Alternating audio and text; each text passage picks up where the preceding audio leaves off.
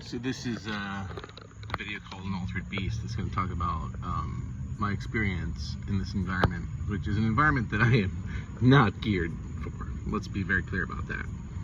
I'm not geared for long-term survival in that environment, and I'm not ashamed to say that because it's not a place for people like me. Okay? So basically, got picked up. They asked where I was, but I honestly, if I didn't pick up the phone for these officers, they never would have found me, but I didn't have anything to hide. I thought they were coming to talk to me about something. So they throw me up against the car. I invoked my right to remain silent, which I'm not sure was such a good idea, and I'm going to talk about that. I think that if I could have, like, maybe explained the situation in a little more clarity, they might not have even arrested me. But I always heard you're supposed to invoke your right to remain silent, so I did. And the lawyers have told me that's a good idea. The side effect is you can end up spending actual, like, time in jail if you invoke your right to remain silent, right? Like, so it's a toss-up. I don't know. I have to learn more about the law. So then they take me down, they process me, and I'm sure my picture's online now. And by the way, I looked at my picture, yeah, I look like a fucking criminal, because that's kind of the vibe. It just makes your facial expression like that, right?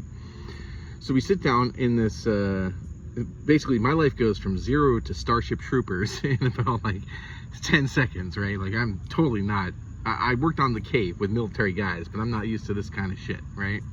So I get sitting in this row and we're watching this video called Preem, which is basically like, we're aware of the prison rape problem and we're doing our best to reduce it. And I'm like, fucking great. This is gonna be an absolute fucking blast. I am sure this is going to be hell.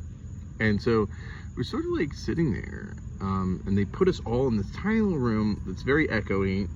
And so there's no windows, and there's about 10 of us in there, and we're already in the costumes, or the jumpsuits, and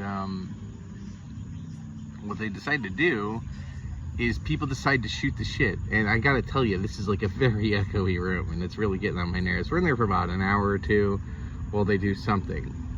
So then they take us out. Then the guy, like, tries to pretend he's my friend to get information out of me and is like trying to get me to confess to all these random crimes that have nothing to do with me.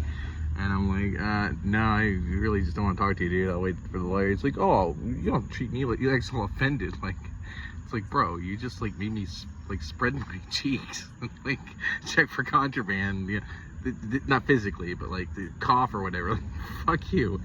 So anyway, I get like up to this place, and it's sort of like some kind of like intermediary situation where they've got like barracks and a central area with some phones. Now, what I didn't know was that the next day they take you into a courtroom that is actually inside the jail. It's like built into it. It looks, it's all like nice wood. It's the only fucking wood place in there.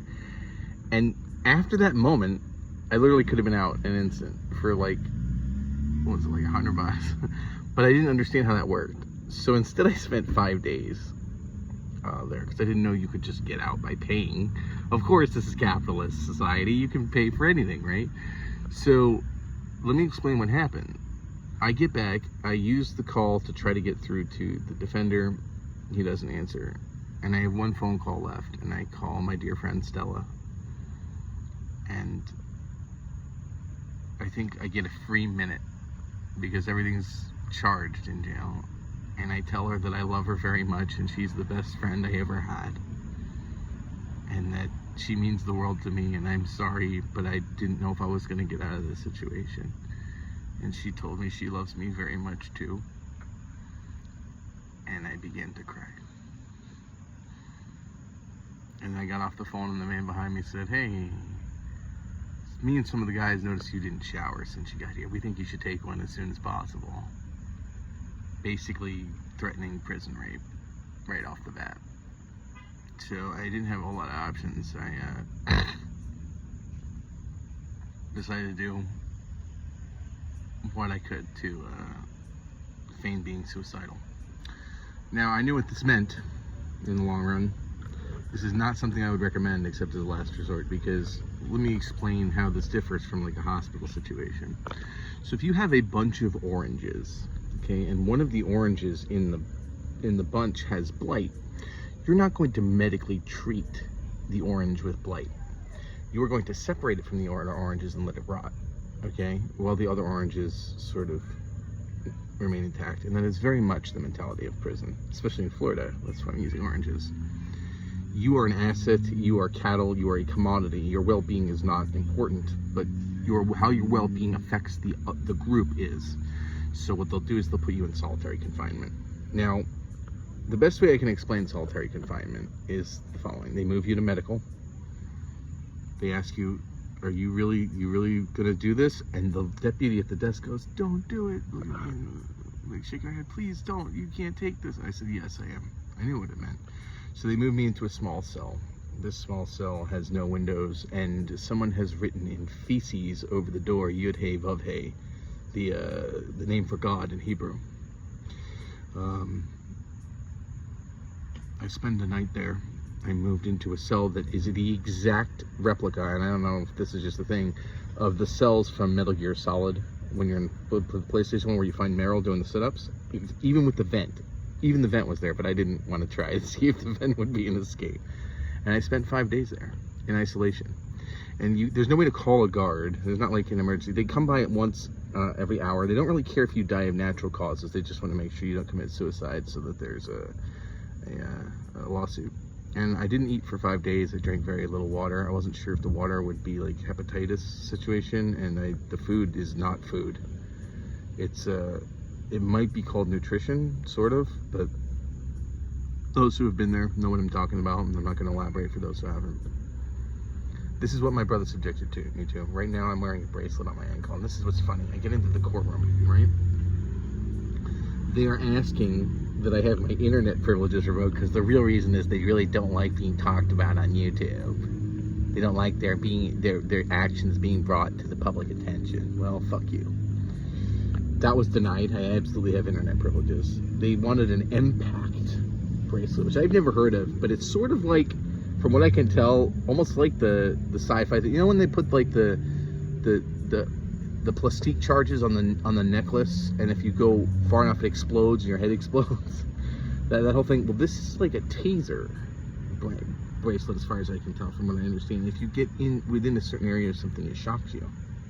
Like a dog shock, but like a taser, like it would fucking knock you out.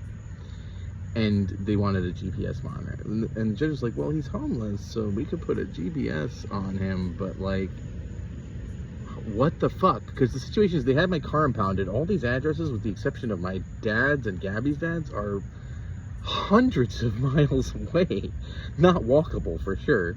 And the other thing is that, like, Gabby's dad's address and my dad's address, like, I've never gone to them since last time I was invited. I think once I went to the Starbucks where Gabby and I had our first date, and I invited Steven to see if he would talk to me, and he didn't show up. So, like, and then the other thing, I'm not allowed contact with my father, my sister, my brother, and 3 initials. Now, this is weird because the initials are kids, they're saying. I think my sister must have finally successfully had a kid. I don't really fucking know. But, I don't even know their names. So, like, what the fuck? I don't know where any of these people live. And Jeremy had said on this thing that he's concerned that I'll find out his address. Let me explain the granularity with which I need to know your address, Jeremy. Just the county. So I know which law enforcement to call to pick you up when it's time. So this is my experience in jail. I spent 5 days before me and Stella figured out the bail system, and she bonded me out, sold some of my stuff and bonded me out. But I'm much lighter and weak. I'm trying to regain my strength, but I will. And I mentally survived it. I can't explain to you what 5 days in solitary confinement, never mind longer than that, does to an individual, but those who have been there know it is not an easy thing to go through, but it is a testament to my fortitude in regards to mental acuity. I am back, I am better than ever, and I will have justice. Thank you very much. Have a great day.